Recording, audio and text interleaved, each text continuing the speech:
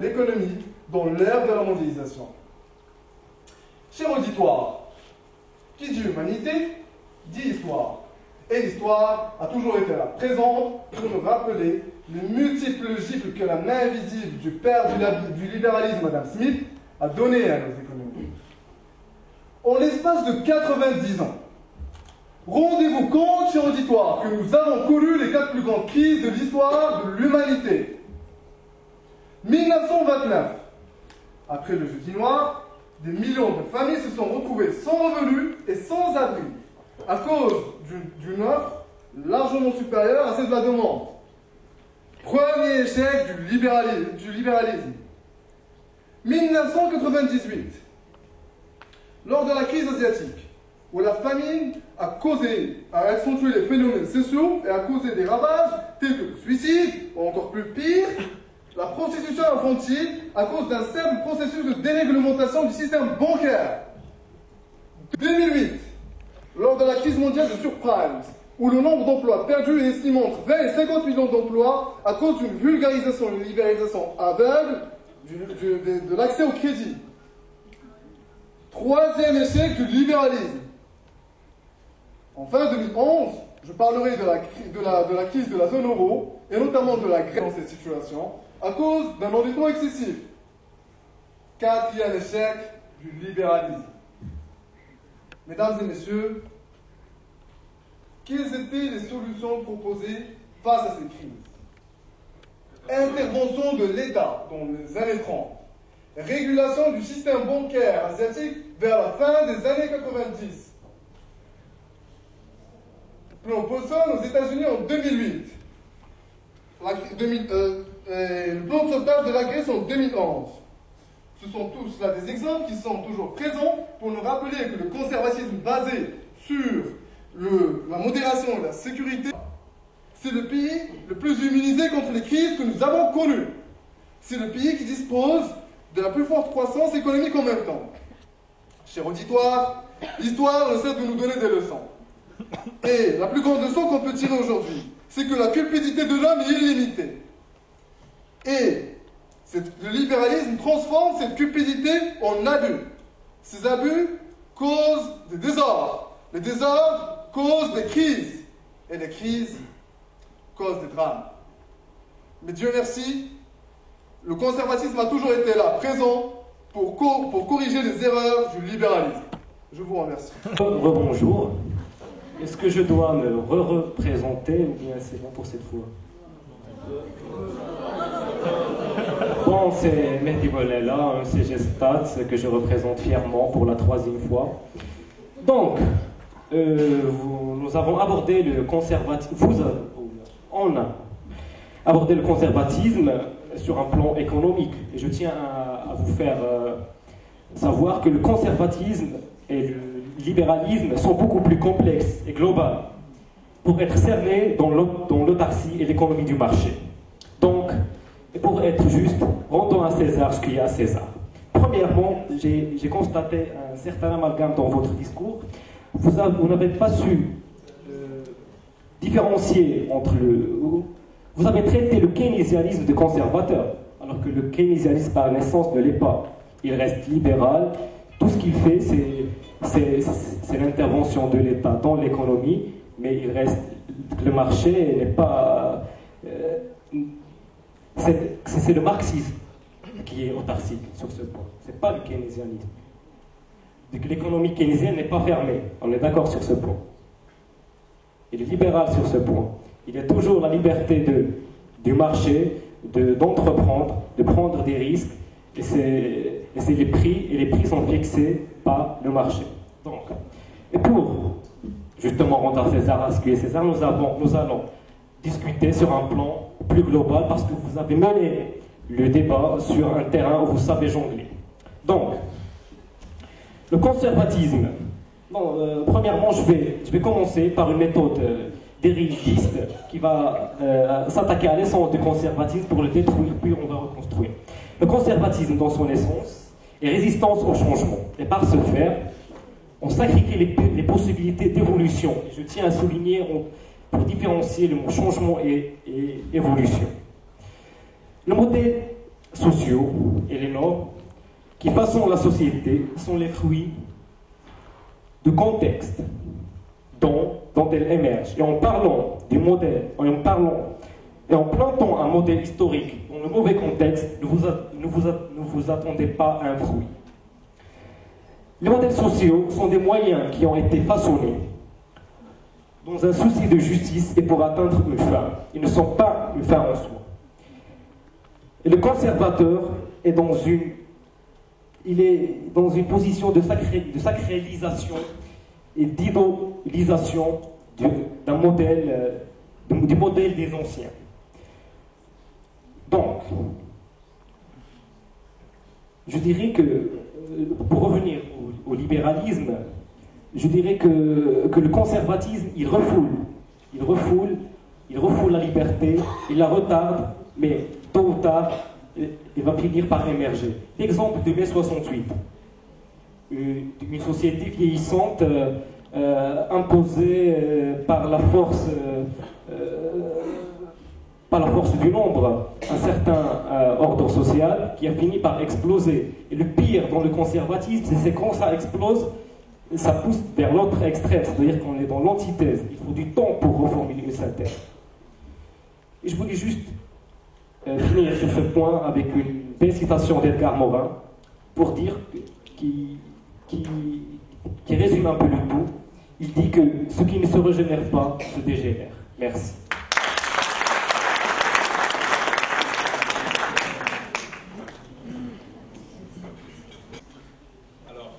Bonjour, honorables membres du jury, bonjour, respectables membres de l'opposition, mesdames et messieurs. Alors, le conservatisme économique, voici un concept dont nous allons vous prouver toute l'importance, surtout en période de crise, notamment à travers une comparaison entre des régimes libéraux et conservateurs et en montrant les dérives du libéralisme. Alors, le conservatisme économique est un volet du conservatisme qui prône la réduction des impôts, des déficits et l'équilibre budgétaire comme éléments primordiaux de l'économie. Or, ces mesures ont effectivement des effets positifs sur l'économie.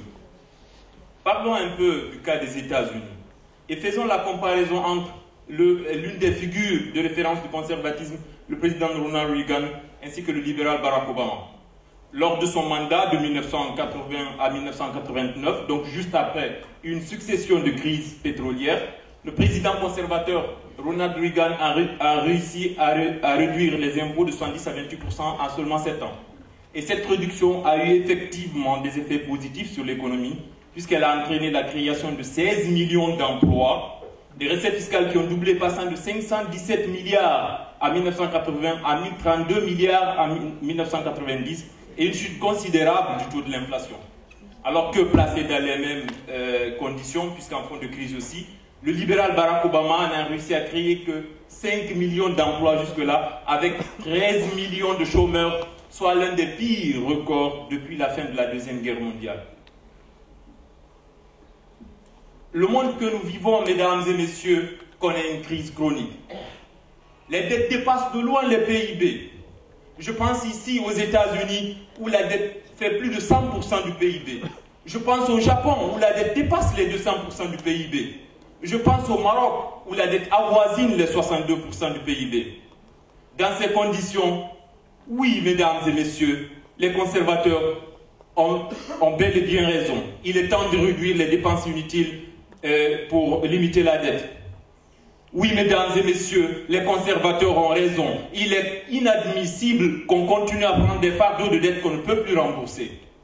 Oui, mesdames et messieurs, les conservateurs ont raison. Il est inacceptable que l'État continue à s'endetter pour le faire supporter aux citoyens en augmentant progressivement ses impôts sans augmenter son revenu. Oui, mesdames et messieurs, les conservateurs ont vu juste. Fonder son économie sur une dette astronomique, c'est simplement scier la branche sur laquelle on est assis. Le conservatisme, mesdames et messieurs, prône les valeurs supérieures de la nation. Le conservatisme prône l'éthique, la morale dans les affaires, contrairement au libéralisme qui se désengage totalement des mœurs et des coutumes. Le libéralisme défendu par messieurs les membres de l'opposant c'est simplement allez-y, faites du business tant que c'est légal. Or, ce n'est pas tout ce qui est légal qui est moral.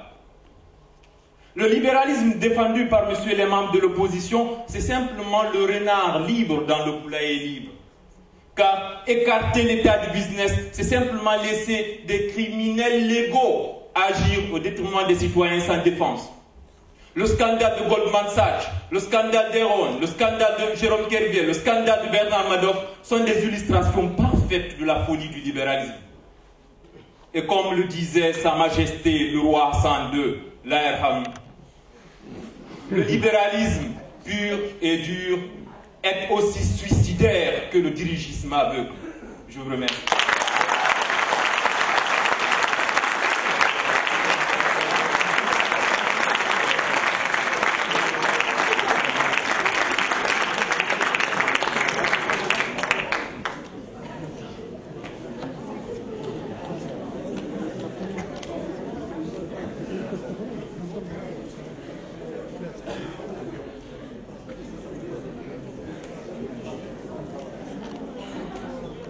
Chers membres du jury, honorable assistance, chers membres du gouvernement, je me présente avant tout, Hamza Koupej, étudiant en deuxième année à l'ENCG de STAT, École nationale de commerce et de gestion.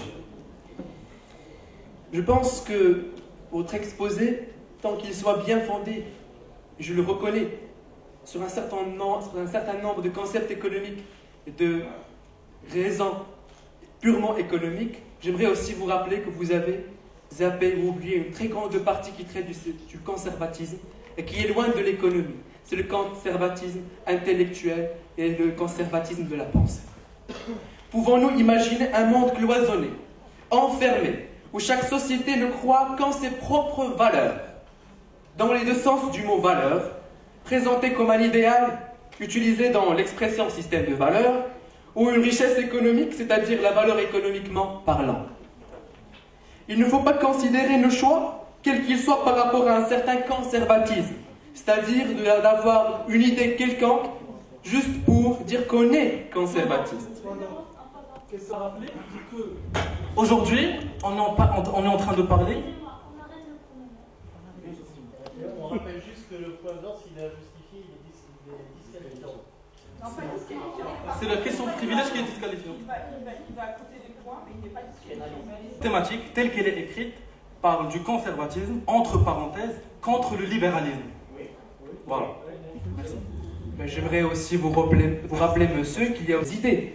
Qu'on peut être libéral dans ses idées, dans sa façon de penser, comme on peut être conservateur dans sa façon de penser. Alors j'enchaîne sur ce que je disais. J'ai dit, il ne faut pas considérer nos choix, quels qu'ils soient, par rapport à un certain conservatisme comme une position rigide et inchangeable. Mais en les balançant par la raison. Car sinon, on croirait toujours que la Terre était le centre du monde, tel qu'il a été défendu à l'époque, avec une pensée conservatrice. Permettez-moi aussi de vous rappeler une citation d'un très grand homme, qui est Francis Bacon, qui avait dit « Celui qui se refuse à appliquer les remèdes nouveaux doit s'attendre à souffrir de nouveaux maux, car le temps est le plus grand innovateur. » Et c'est vrai. Le libéralisme a permis l'évolution de la pensée économique. La production économique du côté intellectuel a été beaucoup plus fructueuse pendant les années où le libéralisme a gouverné le monde et il continue à le faire. Vous avez malheureusement cité des exemples qui sont contre vous, encore une fois, et c'est malheureux. Vous avez parlé de 4 crises. Eh bien oui, il y a une crise, mais il y a aussi 3 reprises, considérant que la crise actuelle n'a pas encore connu de reprise réelle. Mais après chaque crise, il y a aussi une reprise. Donc, une régénération du système, une régénération du libéralisme qui arrive à se régénérer, contrairement au conservatisme qui est limité et qui est inchangé. Vous avez parlé de l'exemple de l'Allemagne. Eh bien, monsieur l'Allemagne, même s'il est conservateur d'un seul point de vue économique, eh bien, figurez-vous, il évolue dans un système économique ouvert sous l'égide de l'Union européenne. Vous allez me faire croire que l'Union européenne est une union qui est conservatrice, Vous allez me faire croire que l'Allemagne, en réduisant ses taux d'imposition sur les salaires, essaie de décourager l'investissement, de décourager le libéralisme. Eh bien, vous n'allez pas arriver à le faire. Même étant même lauréat de l'ISCAE, vous ne pourrez pas le faire.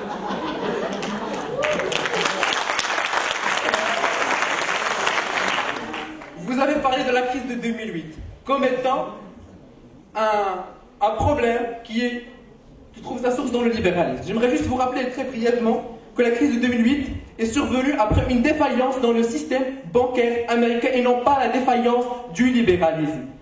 Limiter le libéralisme au monde des banques n'est pas une chose judicieuse. Je pense que j'ai tout dit par rapport à ce que je pense sur ce sujet. Je vous remercie amplement.